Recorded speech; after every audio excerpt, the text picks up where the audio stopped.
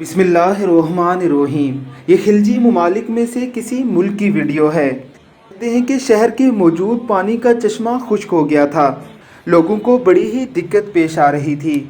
کسی نے ایک عالم دین سے کہا کہ آپ چل کر وہاں دعا کریں کہ اللہ رب العزت کی ذات ہمیں پانی دے دے۔ عالم دین جو توکل اللہ میں اپنی مثال آپ تھا، اللہ پر بھروسہ کر کے اٹھا، وہاں پر پہنچا اور اللہ رب العزت کے کلام کی تلاوت شروع کر دی۔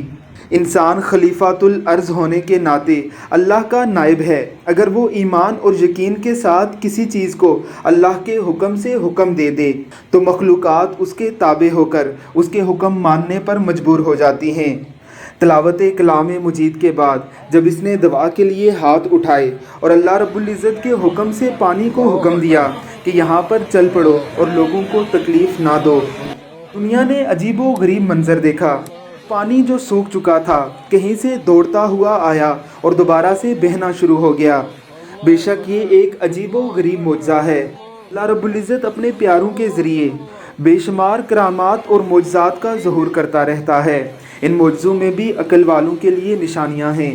اللہ رب العزت کی ذات ہمیں بھی اللہ پر ایسا ہی بھروسہ اور یقین عطا فرمائے۔ آمین ثم آمین۔